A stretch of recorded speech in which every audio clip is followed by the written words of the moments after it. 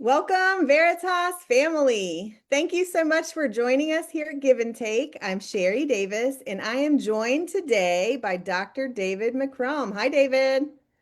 Hey, Sherry, thanks so much for having me on today. Of course, we are so glad to have you. Um, David recently got his doctorate degree. David, tell us a little bit about where you got your doctorate and what it's in and all that good stuff. Yeah, I took the very, very long route. So I did work in two different programs. I did complete all of my PhD work in organizational leadership, but then moved over to a doctorate of education specifically for ministry training, which has been what I've given my life to try to equip and launch new ministry leaders. So really excited to be part of this talk, but also just the heart for what Veritas is doing. Yeah, it sounds like it's a really good fit, a really good connection there. That's really exciting. I love to hear you say you took the long route because my guess is anybody pursuing the doctoral program of any institution is taking the long route. So I think they probably resonate with that a little bit. Yeah, I took one class at a time. Dr. Forrester was a tremendous mentor to me during that. And then during dissertation phase of the first one, pivoted to start all over again. Mhm. But I'm thankful I've been able to use both programs, especially for missions and Mm. also Veritas in what we're doing here. Yeah, that's exciting. We're thrilled to have you on the team.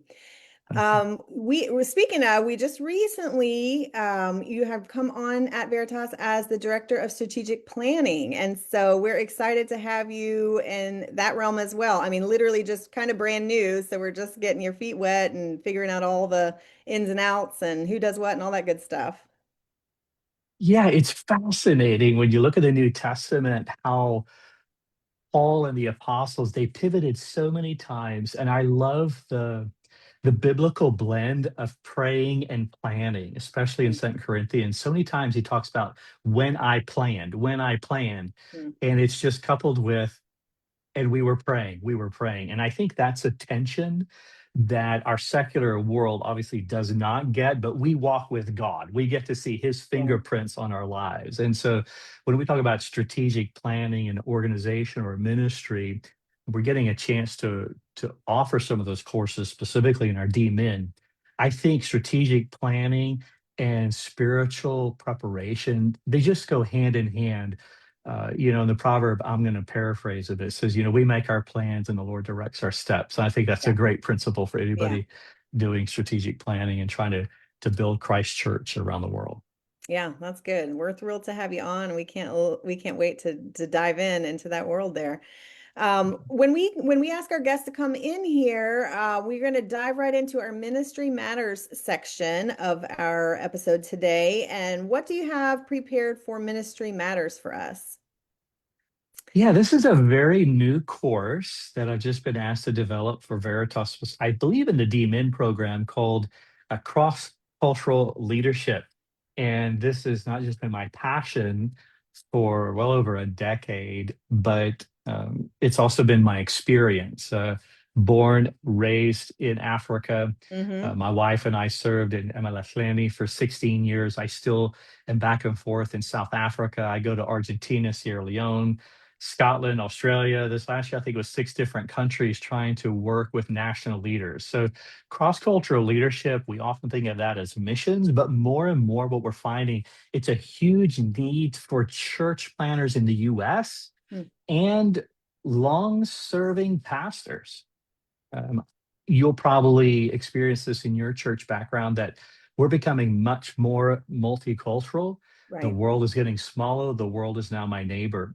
Sure. And wherever we're coming from on that with our opinions, certainly from the scriptures, the Bible says, make disciples of all nations, of every ethnicity. So cross cultural leadership, I know I'm biased, but it is bound up in the Great Commission. So if we're going to do what Jesus said we must do, we're not going to go as far as say you have to take my class, but it does involve cross-cultural leadership. And we're finding, not just with my mission, but also me personally, more and more I'm getting requests from American leaders Mm. for help with cross-cultural leadership, whether they're doing inner city or moving from one region of the country to the other, or just I've pastored for 30 years and now half my congregation. I was in the Poconos in Pennsylvania, and 80% of his congregation was multicultural. Mm, And that yeah, just that blew me away. So I yeah. think the need is there. And Veritas has had the foresight before it talked to me to say, we must address this problem. And so, really excited about this class, looking at leadership theory, but specifically, how can we lead uh, multi-ethnic congregations and nonprofit organizations? I want to park there for a second, but before we do, speaking of multicultural, we got Leo in Romania wants to say hello. Nice to see that background again and the person in the foreground. And then Jonathan or Neil Rice from Greenville, North Carolina, Lisa Joyner from Icy, North Carolina. And we've got Michael Raker watching from West Alexandria, Ohio, and Ariel Speck watching from Virginia. Thank you guys for popping in and joining us. Most of us are under ice, a lot of us on the East Coast here anyway. So thanks so much for joining us on this icy day. David, thanks for talking about that, because when you were discussing the difference, sometimes I think, and I think this is key for those of you who are watching, which by the way, if you haven't already, if you're watching, tell us where you're watching from. If you're just popping in, we'd love to hear from you. The difference between cross-cultural, I think originally we think, oh, that's just a missions class, and I'm not a missionary, so I don't need that class. And I think what you're here to say is, yes, you do. You do need the class, you need the information, because there are so many cultures, especially, in our area, right outside the DC area, we have just lots of transient, lots of different, melting pot at any different area. So I appreciate you bringing that up, because really the course is for everyone. Yeah, I mean, I was just with several church planners in the USA this year, and more as we think about urban centers. And I mean, 1 year in, this church planner who had done tremendous prep work, had been on staff at a large, I say suburban church, well recognized national speaker, uh, the ministry he was with, and a year in, he said, "This is hard." And Hmm. he's pivoting his church planning method because he's finding I've got to do neighborhood church planning because the neighborhoods are so ethnic dense. Mm, This population, yeah. that population. We're seeing that. I'm working with a church planner in Vancouver, 26 ethnicities, but we're seeing that in Salt Lake City. A church planner reached out to me, said, so we're looking at doing a Chinese church plant at my church plant in 99% Wow. county LDS. And so cross cultural, don't just think cross ethnic, sometimes region. So I'm coming from rural to urban or vice versa. Sure. That's an incredibly different mindset, or east to west. You're going from Texas to California. That's cross cultural. But most of our churches, especially the younger generations, anybody under 40, what we're experiencing is this blend, and the younger generations, Gen Z, they love multi-ethnic. They love that. And we need to equip our thought leaders and our ministry, those who are leading ministry at the forefront. We need to equip them. Hey, this is different. And Hmm. different isn't always bad. The scriptures are multi-ethnic throughout the New Testament. That was the mandate. The New Testament church moved on that very slowly until you get to Acts 8 and then Acts 10 and Acts 19. And throughout the epistles, they wrestled with that. All of the churches wrestled with it. So there's a lot of good case studies in the New Testament we can work through. And I think it's more and more vital for the evangelical church. We must not only address this and become effective at it, we must be passionate for it and be leaders in this space. Yeah, I think that's a good point, to become passionate about it, because just seeing that's need. Obviously, if you're a pastor or church plant, you would want to reach the people that are around you. And if the people are around you that are cross-cultural, then you want to learn that. Now, this might be a really rudimentary question, and I apologize if so. In the class, are you dealing with actual cultural, like specific cultures, or is this philosophical? Like this is how you would approach any culture, or do you dive into different cultures in the class? Yeah, that's a great question. And with a doctoral level course, we are providing instruction and information, but we're also providing a lot of coaching and directional guidance. So it shifts a bit different. you do more reading at the doctoral level. So you're going to have probably 5 textbooks instead of 1 or 2, Yeah. but you're going to enjoy these. So don't let that intimidate you. And we want to There's the layer caveat. You're this. going to Yeah, enjoy yeah, yeah. these. You're going to love these. These were transformative, and they will really help you. They really Good. help you. And so we want to deal with theology. And I've already alluded to that. There's a lot of good theology and case study. You deal with theology, and then you build your philosophy off biblical case study. Well, what did they do? How did they handle it? So philosophy is I'm observing and then drawing conclusions. So we have our theology and philosophy before we formulate our ethic and our pragmatic. And so we're going to layer it that way. So we're going to do a theological framework, although this isn't the foundations of leadership. We'll have a theological framework. And one of the exciting books is leading multicultural teams, because if you want to lead your church to reach multicultures, God is moving you from a monoculture experience to multi. How do I work with multicultural leaders? That's And a good that's one of the point. ways we're challenging church planners. Um, Start another ethnic church outreach within your church leadership. And Mm-hmm. that's the first place to begin. And that's multicultural teams. So it's not just top down, it's also working with my peers who are a different Right. culture. So if you have your theology and philosophy, then you can move into your ethic and your practicality. That is, yeah, that's really interesting. And you just talked about the books that would be, I say required, at least one of them. What kind of assignments are we dealing with in the doctoral level culture cross-cultural class? Yeah, this one is interesting. So I do book reading different than I see. I don't know what other people are doing, but I don't think I've seen anybody do it the way I do it. It's called a discussion preparation guide. And so you get to engage with the book in a non-formal way. I ask Socratic questions about it, you respond, and I'm looking to see, can you think? At the doctoral level, especially, it's not did you memorize, it's can you think, Mm, can you synthesize? yeah, And so sometimes, for like one example of this, we might have you do a biblical, let's see, what's the word? Annotated bibliography of cross-cultural leadership in the New Testament. So you have to build your own case studies. And I'm trying to teach people to read the scriptures sort of through Western eyes.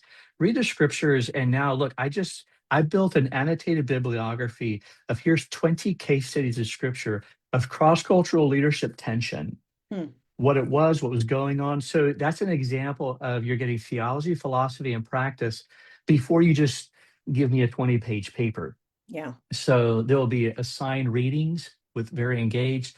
I think one of the first projects is the annotated bibliography. I do like projects, like give me something that you can actually use. And we're yes. still finalizing how this is going to be constructed. Hmm. But I love proposals. Well, here's what I'm wanting to do, and this is how it's going to impact our ministry. So I want them to actually apply it in the last step. So the Yeah, projects are incremental growth. I have been thrilled. I took a master's level counseling program at Veritas several years ago, and it really was impactful. The instructors that allowed us to do a project that was directly related to the ministry that we're in right now, because you present an issue that this might fix, and you immediately get to go put it into practice. So to be able to use this in a, most of the people taking a DMin with us would likely already be plugged into churches. They're either Yeah. already pastoring or in a ministry somewhere. So they've got some place they can actually use this as a test case and plug it right in. And I really appreciate that. Yeah, so we're asking, the formal project paper is what cross-cultural leadership problem are you trying to solve? Hmm. And so now it's not just theory research or theological framing. It's like that's the baby steps, the theology and philosophy. If you do well here, you need to be able to solve problem. Hmm. And that's at the doctoral level how we think through thesis work. It's stuff like you need to be not only be thought leaders, but the problem solvers. Well, I appreciate your taking the time to bring this class to the forefront. Again, like we said, it's not just for those in the mission field. These is for everybody. Everybody needs access to this information. David, why don't you tell one if there's something else you want to close this segment of your class, any kind of promotion or any kind of welcome or highlight, anything you want to say before we move on to the next section? No, just thank you so much. And I'm really excited about this course. It'll be the first time it's ever offered at Veritas. So I would love to have 3, 5 individuals so we could engage and really start trying to transform some leadership spaces. And I'm very excited Veritas has had the burden and the vision to say we must answer this problem in a good way.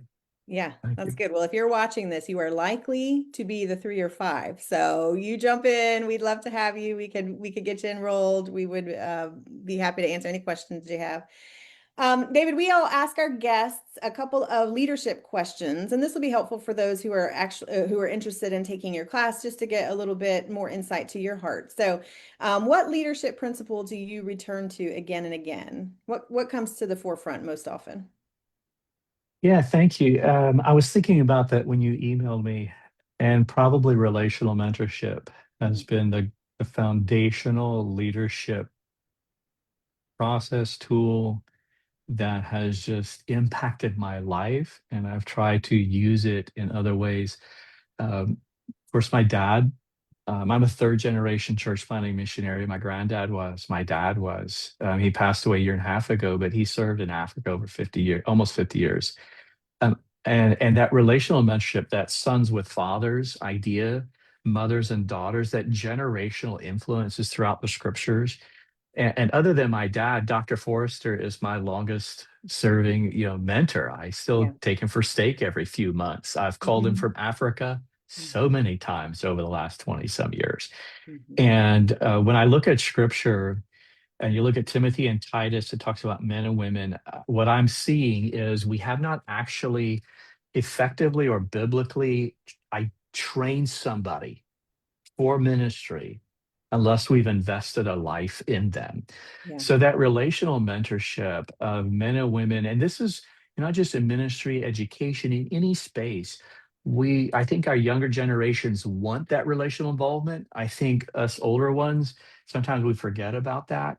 Yeah. And I think Veritas enables that Yeah. because our students are plugged in local places to be engaged life on life. And I Mhm. think that's so helpful.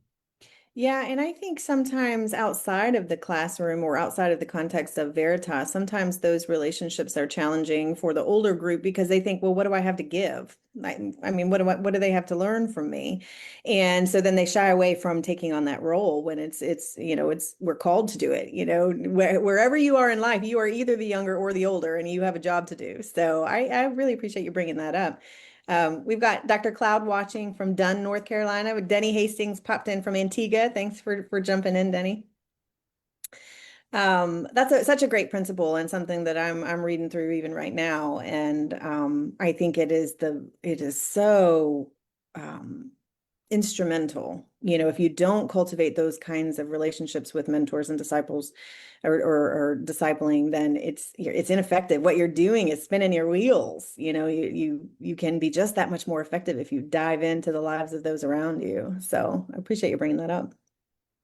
Yeah, I'll just tell a Um, quick story if you don't mind. yeah. My dad, who's trained he trained, I don't know how many guys, planted 4 churches, trained so many pastors. And a few years ago, he had just retired out of Africa, and I had a guy I was training, and I said, "Dad, I need to send this guy to you. I want him he's just going to ask you a few questions about how you prepare sermons." And my dad was petrified. He was Really? so afraid. He's like, and he said, "David, what am I going to say to him?" And I don't know. I just did this, and I couldn't believe it. He was so afraid to So have funny. this young guy come over. I said, "Dad, you're going to be fine. Well, Yeah. how do I prepare? What do I need to do?" And that was the first time I realized that you're right, exactly what you said. Uh-huh. Um, those of us who've been in ministry, sometimes we're afraid. And I said, "Dad, I just need you to be you." And Yeah, he's going to come and ask that's right. questions. That's right. And So I said, he's just going to come over for an hour. My dad spent 4 hours with him Yes. that morning and Because it's just out of poured his the wealth life of into him. knowledge. Yeah, yeah, Exactly. He yeah. just, once he gets going, he just can't stop doing that. And that's what's so So interesting because, I think there is this switch. I don't know, David, if you went through this, but there's a switch for me when people started coming to me and asking me questions. I was like, who am I? But then I realized, oh man, I've been around. I've been doing the same thing for a long time. People are going to be coming to me. And then it feels like, well, how do I know? How can I give them information? I don't, and so it was an intentional switch for me that had to be made. We're like, I'm no longer the younger in this group, in this context. I am we're actually the getting one old, people are, Sherry. Yes. yes. And so that's why I had to actually step in intentionally to the older role. And it took a little bit of, adjusting for the mind, but to be able to say, okay, well, I don't know if it's right, but here's what I did. I don't know if these are the right answers, but here's how I got here. And it's been a fun journey, but exactly what you were saying. I think they just don't want to walk alone. And you don't Yeah, have to have all the that's answers. You right. just have to say, hey, I'll walk with you. That's exactly right. Taking the time to be intentional with somebody else. And in our culture, in our society, it's really difficult. Time is the commodity. And Yeah.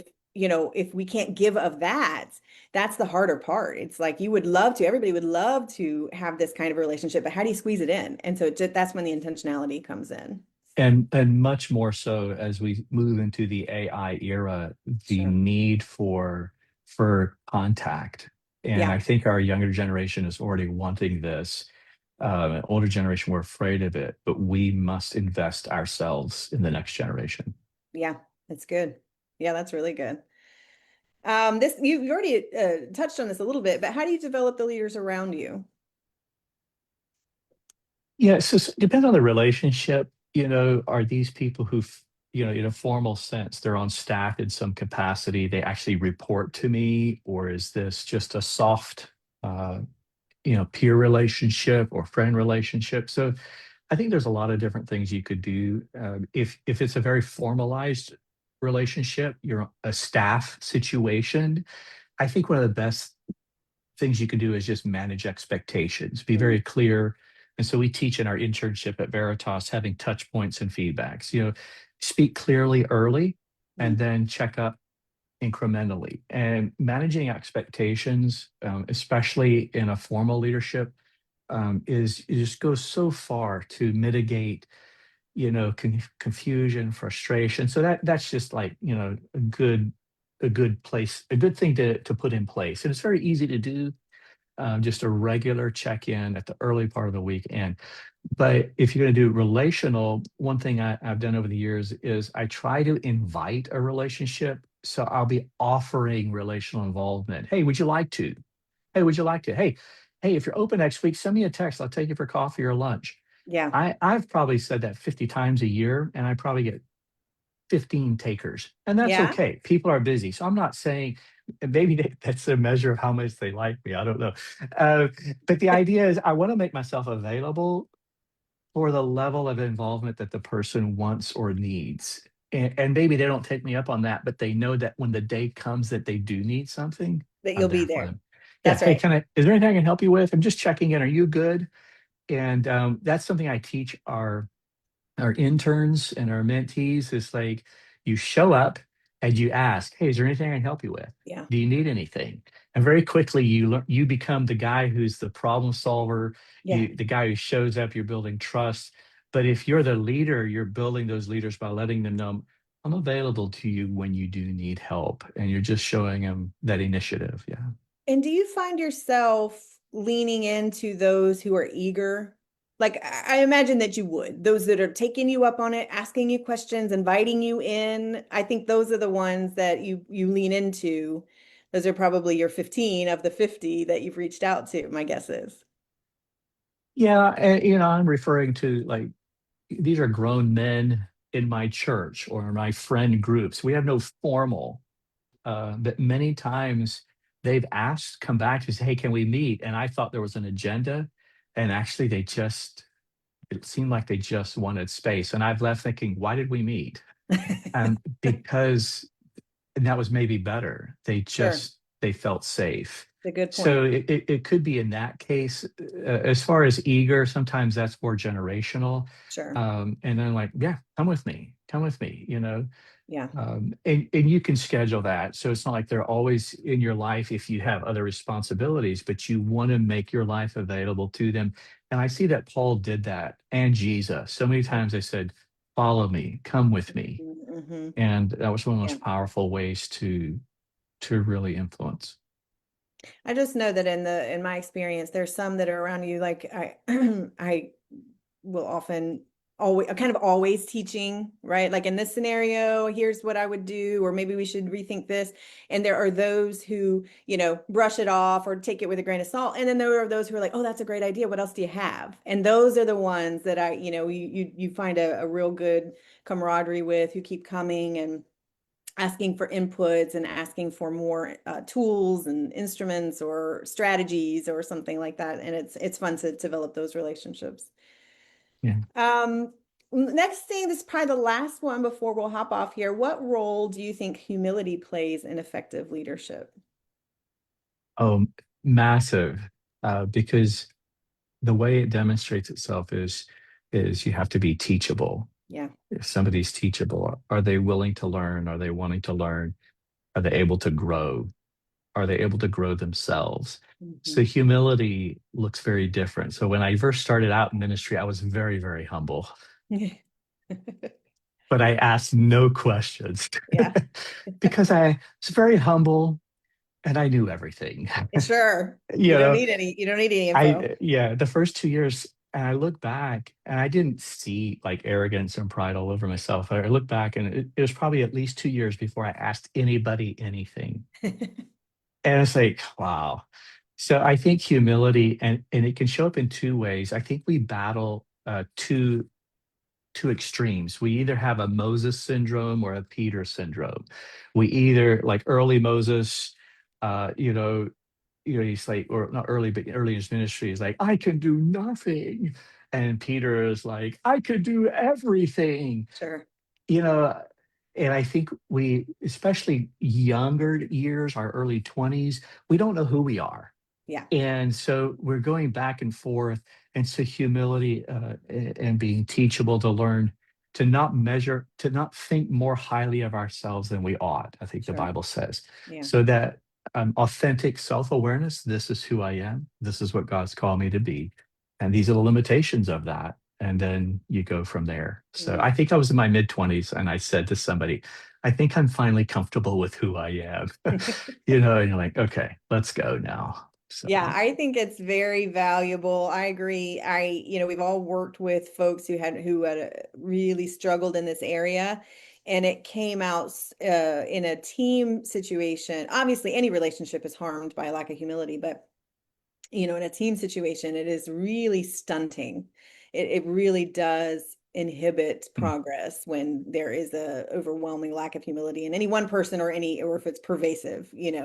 So to your point, I think it is funny, and that's exactly why the younger should pair with the older, because we can see to say, look, I was you, and I see here's where there's some areas that I had to grow out of, and I can see some same patterns in you, and hopefully those young people will say, oh, you know what, I never even thought about that. But yeah. um, I will that just say yeah, go every ahead. intern I've had has also taught me enormously. Like, oh, Sure. oh, okay, yeah, I think we'll take what you think we should do here. So it is a Good. give and take. Yeah. That's right. You got it. Very good. Well, David, thanks so much for popping in here today. And we were thrilled to highlight your upcoming course, and we're excited to hear about your ministry and all the things that you bring to the table. What would you say to a student who's on the fence watching this thinking, I don't know if I can jump into classes? What would you encourage them with? Have the courage to do something. It's good. Yeah. Do something. You don't have to know everything, That's but right. do something. And we always find leaders and people in scripture. If God had given a burden and a direction, then it is on us to move. Yeah. And one leader told me, he said, we have to have enough guts to make a decision. And that's Sure. courage. That's That's good. courage. Yeah. Yeah. Yeah, because I know some of you watching right now thinking, you can't finish a full bachelor's degree or can't finish a full master's, but you can jump into a class, an 8-week class you could jump into and commit to and let the Lord handle the rest.